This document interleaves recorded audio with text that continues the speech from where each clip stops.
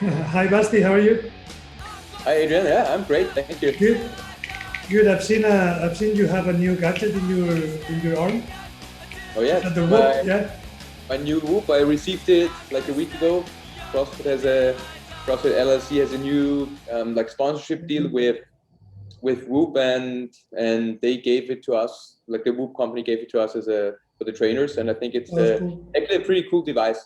And I really enjoy wearing it and looking at the stuff that I haven't looked before. Yeah. Well, what's the difference? Because you had a Garmin, or I don't know how you call these watches, but the watches that they can track different things. What because when I bought this a year ago, I was thinking on getting the Whoop, but obviously the cost of that I think is $12 per month. So it's like a subscription forever. The cost is way higher than this. What what is the what kind of difference do you think, or you've seen so So far? I'm getting. I think it's funny because I'm slowly getting like more features in the app, because the first 4 days or the first week it's recording, and then it's like analyzing your data, and only after 4, 5, 6 days it gives you more and more insight into how your body works basically. I think just the analyzing tools that you have are really powerful. The ways that you can look at not only like daily, like the daily strain, the things, but also over a week, over a month, over a year, that you can on a very cool like tool see how you perform, how you regenerate over a quick period, over great periods of time, and not only on a daily basis. I think it's more the analytics behind it that makes it a great tool. I think the the tool, the hardware itself, like the sensors, they are pretty much the same for like if whether you buy an Apple Watch or you buy any other watch. I think Yeah, the stuff that's built in is pretty much the same. I think it's more about analyzing the data and what you make out of the data and how you present it to your clients. And I think in this regard, it's actually very cool to have the Whoop app, and it gives you very good insight into what you're doing on the surface is really nice. So I have only been wearing it for 5 days or 6 days now. But so far I think it's pretty nice. I really enjoy wearing it. okay. And you I've know seen what the a other thing few. is? Yeah, one more thing. I think it sits way better than my watch. I don't know Yeah. if it's the strap or the design, but I think it sits way better than the watch, which I really like. My feeling with the watch was always when I trained that the heart rate monitor was really crappy.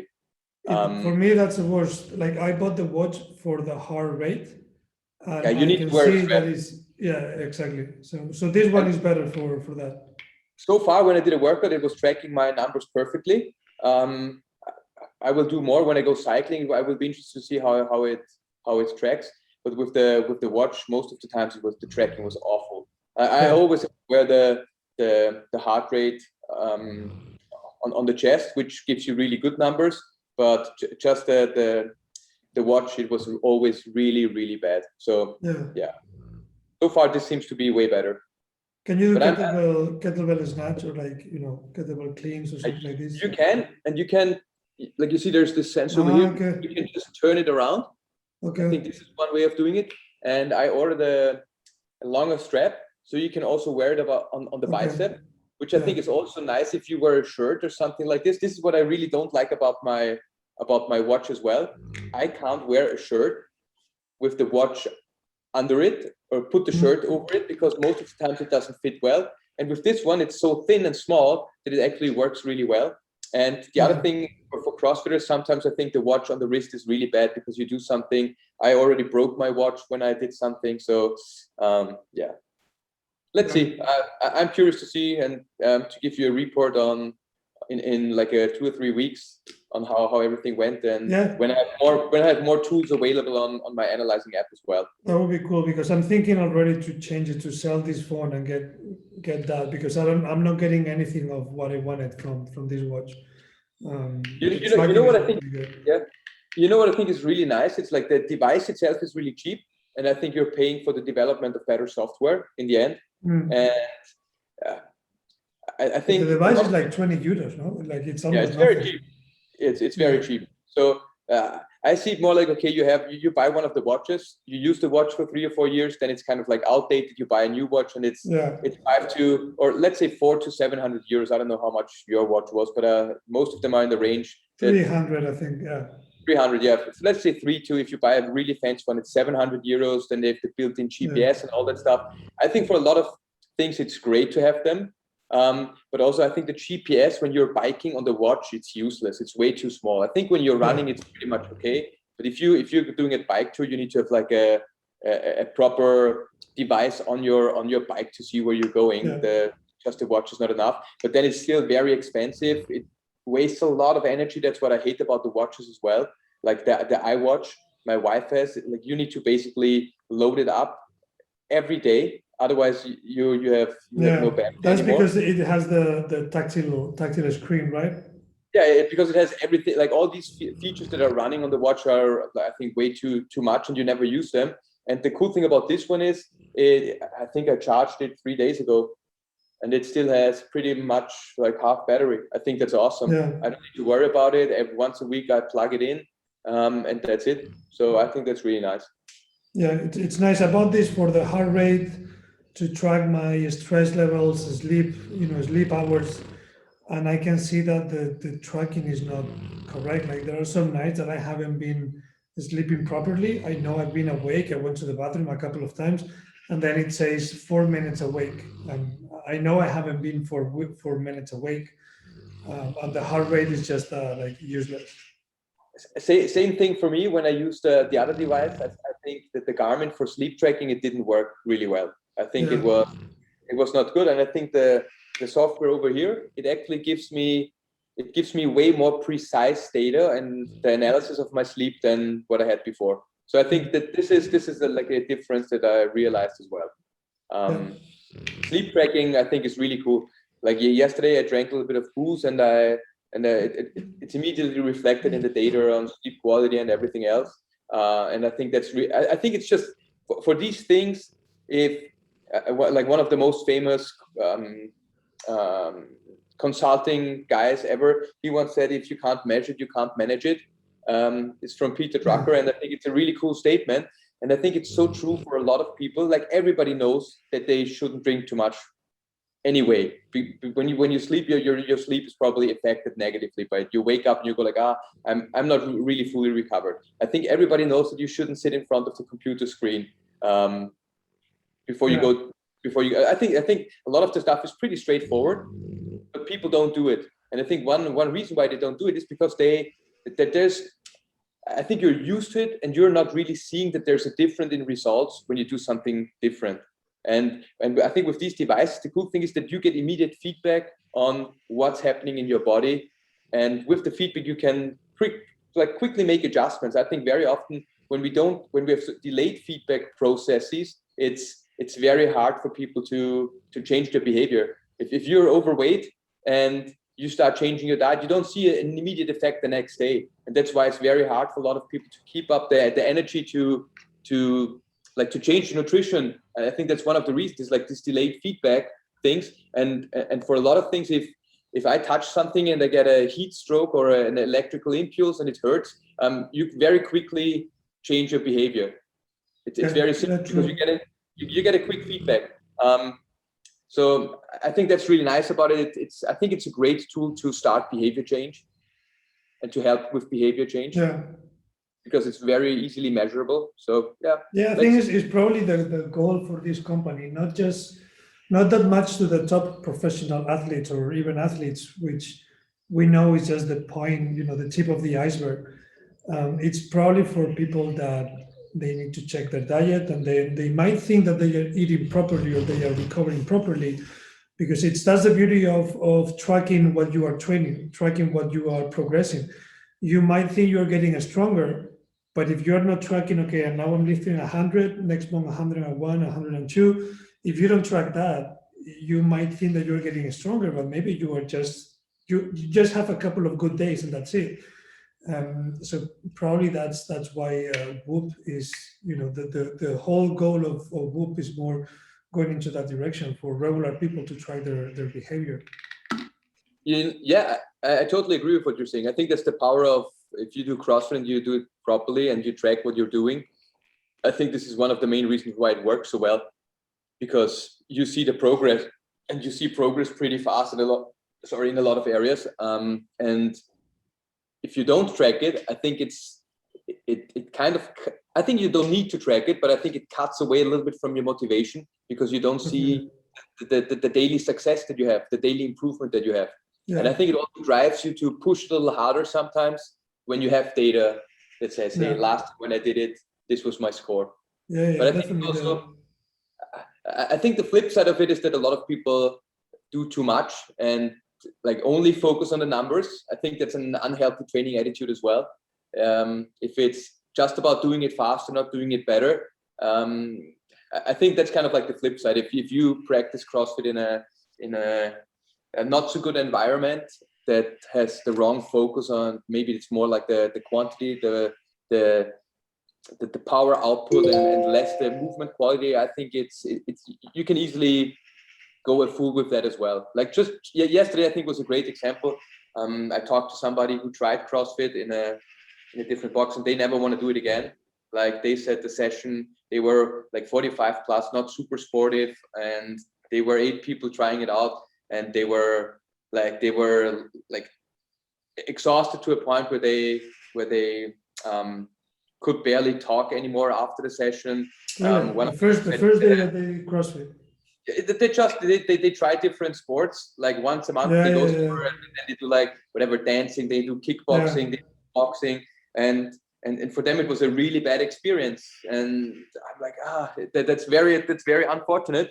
I think it should be practiced in a different way, but these are people that are lost. And I think for a lot of people it's not this first experience, but it's the bad training environment that creates the focus on performance only and not quality of performance, that makes them being hurt in a year or less than that. Sometimes it's focus on high intensity at any cost. Just first day super high intensity, I think, is one of the biggest mistakes, and probably more repeatedly done mistakes from coaches. First day, first week, I'm gonna make you sweat blood or whatever, and those people probably don't even have the mobility to do the exercises correctly, so they're gonna get hurt, in pain.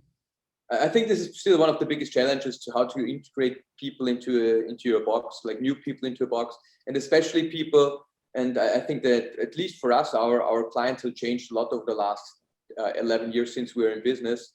Is that we get more the average people from the streets trying it out. I think this makes it even way more challenging to offer a program that's suited for everybody, for the people that are a little bit more hardcore, for the people that just want to come and train and have fun and see improvements. But I think it's like a lot of people from the streets, when they see CrossFit, at first I think they're a little bit intimidated. A lot of them, they want to be like these guys that are like really super great athletes, and they have practiced for 15 years, but they don't want to put in the effort. But I mean, they're putting in the effort, but they're putting not the right effort. They're not putting in the effort in, hey, I want to move better, I want to have the mobility to do the movements correctly, I want to build strength, they want to hit the workout really hard. And I think this attitude is not really great. And I think that just recently, speaking about your training intensity, I had do you know Pat Sherwood from CrossFit Lynch? Yeah, he's such a great dude, and he's been involved with CrossFit for I think almost 2 decades. And recently he made a post about like his training, and that he didn't hit it super hard. He didn't sleep well the last day. He had a lot of work, but he just showed up and trained and did the workout. And I think that's what I did a lot of times. Is it's not every day, each day, about pushing yourself to the limit. I think you can do that once in a while, but as your life expands and you grow up and you have like a lot of different stressors and things that influence your recovery, like my kids, my wife, the business of my wife, sleepless nights. There's so many things that add up that don't allow you to go all out every day. Age is one of these factors as well, I think.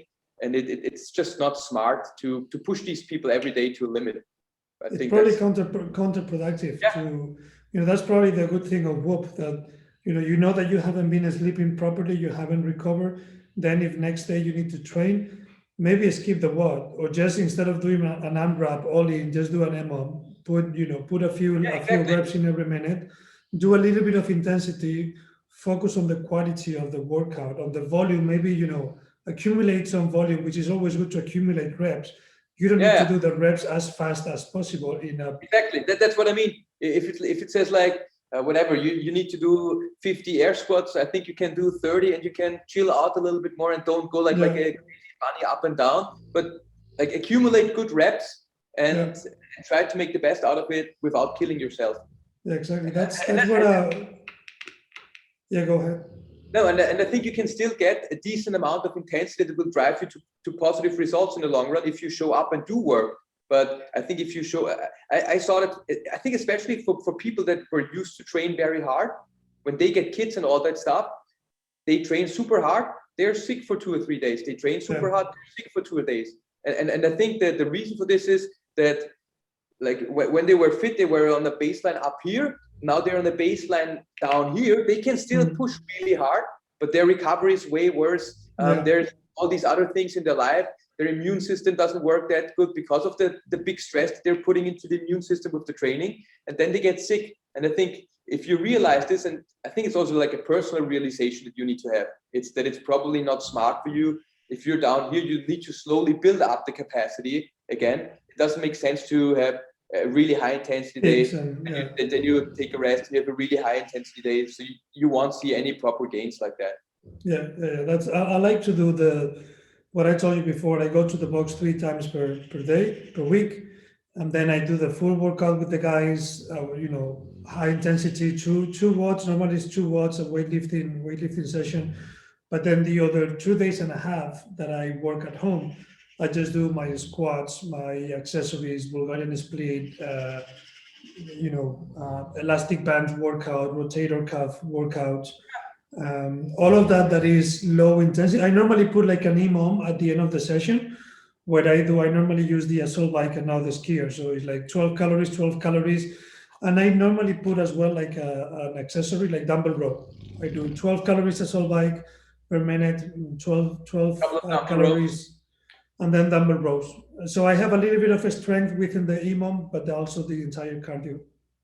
And I think this is, I think also the benefits of aerobic training are huge in this regard. Like I think if you just moved around for 20 minutes with a little bit of an elevated heart rate, not going crazy all out, but doing this for 20, 30 minutes, even an hour sometimes, I think it has so many great cardiovascular and other health benefits that it almost can't be neglected. And that also at the very high level, I don't know a single CrossFitter that is not doing a lot of lower intensity cardio work. Yeah, 2 hours of biking, for example, with low impact. I think Matt Fraser rode 5K every day with not like a super fast pace, but just to row, to get the blood flow, to get the also to get the mitochondrial density a little bit more. I think there's so many components, positive components that are in there when you do, we say Grundlagen also, like your basic endurance on a very low level. You get so many benefits recovery wise, but also performance wise in the long run. Your work capacity grows up quite dramatically if you're used to doing stuff like this on a regular basis. And I think the nice thing is you can still focus on good technique because the intensity is not unbelievably high. Exactly. You can get in a lot of good repetitions, so I think you'll learn how to move properly. So I think it's a great way of training as well. Yeah, I normally do on Thursday, which is my rest day. And today, for example, I set up a 40 minutes workout, which is a 40 minutes EMOM with calories, assault bike calories. Then I do just with the bar, thrusters with the bar, and then the third minute just strict press. So during 40 minutes, I get the heartbeat with the two first exercise, then a little bit of strict press. So you can get a little bit of strength within the workout. At the end is 40 minutes, so I don't want to have my heartbeat 40 minutes too high. And I think it's 16 calories per minute. So it's 16? 16, but then the thrusters are simple. I think the thrusters were 12 with the bar. Only with the bar is pretty simple for 40 minutes. So it's 16 calories on the assault bike. I'm a long guy, so it's not super hard for me. Okay.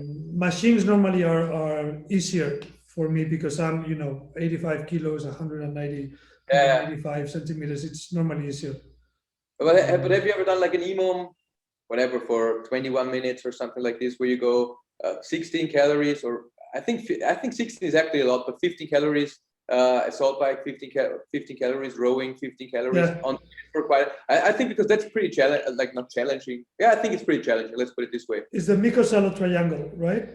It's the assault bike, row, skier, and rest. So you do 40 minutes. His original what it was 40 minutes. I've only done 20 because I couldn't get more than that. I think it was 20. Probably he could do 20. I've been able to do only 16. 16 calories assault bike, 16 calories row, 16 calories skier, 1 minute rest during 20 minutes. That's super tough.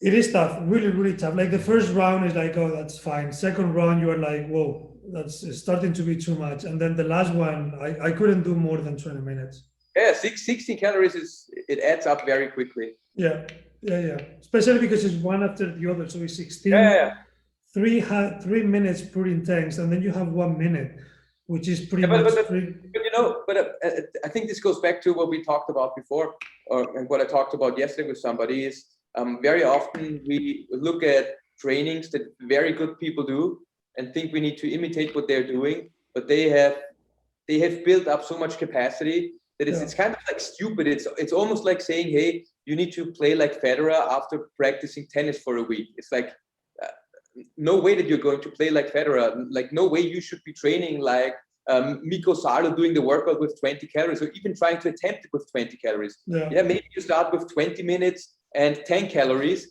And I think this also changes the training stimulus quite a lot. I think for Miko Salo, this is probably still a very aerobic workout. If I try to do this with 20 calories, I'll be totally going like red zoning and being in a total different energy pathway that was not the intention of the workout. But I think that's always yeah, what a lot of beginners blunder, and also athletes that don't think a lot, is they're doing programs that have a very specific purpose, but they're because they don't understand it, they can't scale it properly, and yeah, then they don't get out of the session what was the intention of the session. yeah, They get something out of it, but it's different. And I think that can be problematic as well with a lot of people. Also, when I yeah, see like Jami Tikkanen, he's a good friend of mine. I think he's offering one of the best training programs, the training plan. It's a very, very elaborate, cool training system where I've seen people have success over almost like decades now. And because it has a very good built-in structure, it's very good about modulating volume and intensity. It has a lot about health and other things as well in it. And I think people learn how to train smart. But even in there, it's funny when sometimes when we talk about people that do the program or post videos, that oftentimes people don't understand intentions of workouts. When it says, hey, you should practice barbell cycling, it should be light, it should be with perfect form, and then you see people doing 9 reps, and after rep 3, it looks like shit. You go like, this yeah. guy didn't understand the purpose of the workout. It's not about the high intensity in weightlifting. It's about learning how to move the barbell properly with great technique. And I think this is what often gets lost when you don't have somebody there that's actually coaching you. Yeah, yeah. It's the beauty of having a good coach.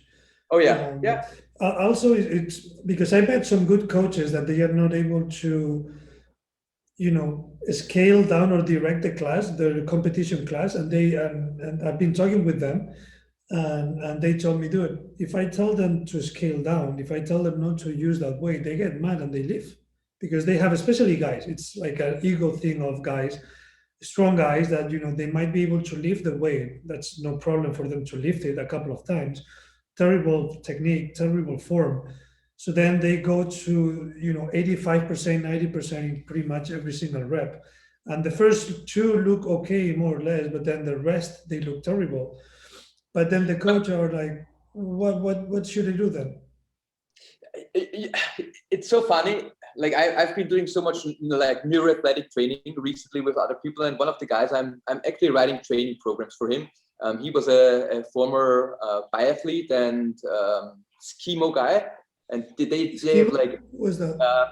like how do you say it when you Okay, yeah. um, Yeah, the one yeah, that you walk up the mountains with like some kind of like this different is, skis. yeah, but his like what's the exercise you do in biathlon? It's the shooting one, and it's Langlaufen. We say Langlaufen. Yeah, it's the ski, the mountain ski, no? Yeah, that's ski mountain. I think that's one. But how do you call that? That's where it's flat and it goes just a little up and down, and you're pretty fast. I thought that was a ski mountain. Okay, let me check this. Langlaufen English. Langlauf, what is? Cross country skiing. Okay, so you have it's two different things, mountain ski and cross country ski. Skimo is you really go up the mountain. Okay, yeah. Okay, and cross country skiing is You go up and down and shoot. up and down, and you shoot, like that's biathlon. But cross country skiing is you go basically up and down for fairly long distances. And like these guys are among the, I think that the guys that have the highest VO2 max in the world. It's because it's taxing upper and lower body. It's pretty intense. Whatever. And they need to be pretty steady to shoot, right? Like they need to have a really good. Oh yeah. Yeah, like you need to have, like you need to be able to have a very high heart rate, fast breathing, and still be very confident. Yeah, otherwise you're just moving like this. Yeah. I want to do it this winter. Like I want to go there and with a couple of people and do like a workshop on shooting and going with the cross country skis. Yeah, well, Rogue Invitational did a workout that was similar. You were doing doing the skier, and then you had to shoot. I actually try it in a different way in my box. I just did a skier, and then I had to throw the ball, a tennis ball, through the rings, the muscle up rings. Oh yeah. And if I was missing, I was doing some thrusters. Yeah, that's nice. It was cool actually. Yeah. Yeah. So what I think was the point was I'm training this guy and like he does, like he religiously I really like it. He religiously follows the program. Like when I write, hey, you need to go hard, he's really going hard. When I write this, he's really like he's not leaving anything out of the things that I program. Very often people go like, all this accessory stuff, I'm not doing it, I'm just hitting the work. He's like following the program really religiously, which is very nice.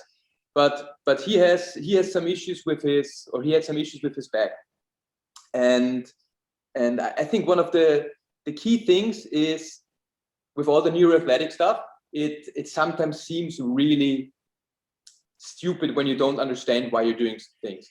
So I made him do like his right side, his right back is hurting, so I made him do some weird exercise where he needs to cover one eye, and then he's moving like the pencil up and down, and he's following the pencil with his eye, and you go like what the fuck is it? And I think what you need to show your athletes is if they do stuff like this, they need to see real benefits out of doing it. Otherwise, they won't do it. And I think that's very hard as well when you work with people. It's about delayed feedback again, in my point of view. Is now you have these guys in the box. You need to explain and also make them feel a difference in why they should do the workout differently. I think reason everybody understands why, but you need to have that feeling. And it was cool with him. Like I think it was the first time in his life that he could touch his fingers to the ground. And back in the days when he was training, like for Olympics, like all the coaches, you need to do the stretch. And say, I'm stretching every fucking day. It just hurts like if I do this stretch, it hurts like hell. Like it's the nervy pain and we did 2 or 3 exercises, and he was able to touch his fingers to the ground pain free. And I think this is stuff what is the connection between doing those exercises and freeing up the pain? So that's why I want to speak to you about. I think it's super interesting about like how the brain is creating movement, like and how to modulate movement. And like with this one, if you do like eye movements, there's an area in your brain in a very old part of the brain, in the brainstem, and there's like 4 pieces in the brain that regulate global muscle tone, and 2 of them regulate more like flexor tone, so more muscle tone on the front of the body, and 2 of them regulate more extensor tone, so stuff at the back of your body that gets you into extension. And in your brainstem, in this very old part, there's like nuclei that control eye movement, for example. So when you move the eye, you get more activation of this area in the brain that generally sets the tone of your flexors in your body. And if you do this well, and you know specifically what to address or where the deficit is, you can have huge impacts on movement quality and change movement very, very fast and quite dramatically. So it's you're activating the area. You can do this directly by, I don't know, like flexing more muscles. Sometimes that's not like a great option. But then when you add other stuff into it, like eye movements or depending on what you want to change, you could hum, you could gurgle. There's like a bunch of different things that activate stuff in the brain. But if you're specific with your intervention, you can see great results. And I think one of the other topics that I think would be great to talk about is like unilateral versus bilateral training. Like if you look almost at like how the brain creates movement and like how it is designed, like most of the stuff is like one side is doing something, the other side is stabilizing something, and it's very rarely that we do bilateral stuff. And it starts with our basic movement patterns. If you think about walking, running, like everything, it goes down to the spinal cord. Even without your brain, we are wired to do contralateral movement patterns. So it's not always bilateral. Everything is doing the same side. It's very hard for the brain to coordinate if you always do bilateral movements, and it's very easy to drift down into like dysfunction. If this side is not stabilizing that well, this side will take over a lot of it, and the brain will just make the movement. It will make the movement happen. So you're not consciously thinking about this. Like, hey, I want to squat up and down. Your brain is going to it makes it happen. You're going to squat up and down. But if one side is not stabilizing, the other side needs to take over. And if you only do these bilateral movements, I think in the long run you can create a lot of disbalance without consciously knowing it. And I think this is one of the reasons why everybody should do unilateral training as well. I think bilateral movements are great. I love them. I think powerlifting is great, but solely doing these things is, I think it's for most people, it's not the best way to stay healthy and fit. If you look at the lot of football players, American football players, soccer as well, basketball players, I don't really know, but they do a lot of unilateral work. Standing with one leg, for example, holding the weight, then standing with one leg and then going down a little bit and then being super explosive on the way up, for example, or just holding with one hand, not a dumbbell, just a barbell, a barbell, and then moving it to the side so they are able to rotate. If you hold it like this, you can always kind of move it in any way, and that's simple, and you get a lot of benefits from the unilateral. Yeah, and I mean, it's also on a very basic level. It's also how our brains are working. It's you move one side, the other side is reflexively stabilized. And I think in a lot of movements that we do in the daily living that we like don't think about anymore, a lot of the stuff works like this. You're moving one side, the other side is stabilized. And when you only do the bilateral stuff, if one side is not stabilizing properly, you're actually really shifting into, you're loading the structure, but the structure is not ready for it, and it compensates, and then you're adding fuel to fire, basically. Yeah.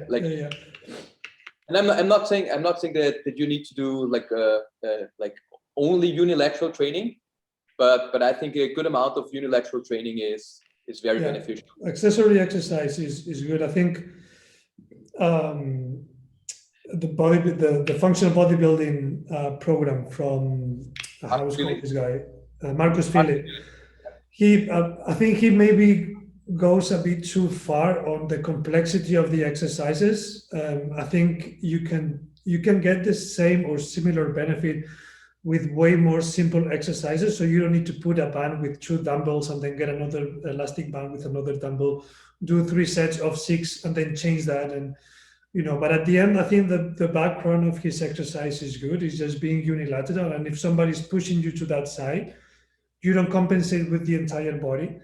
It's just like, this is pushing you, then you need to make sure that this is going into this direction and go up and down straight instead of like this. So, and I'm guessing that has a lot to do with the neuroscience, neuroathletic training that we were supposed to talk today. which I don't think we have the time. But I think this is a nice intro to what is the training. And probably if you could, I think for the next one, if you could explain a little bit of what we will talk the next time about the neuroathletic training, that would be great.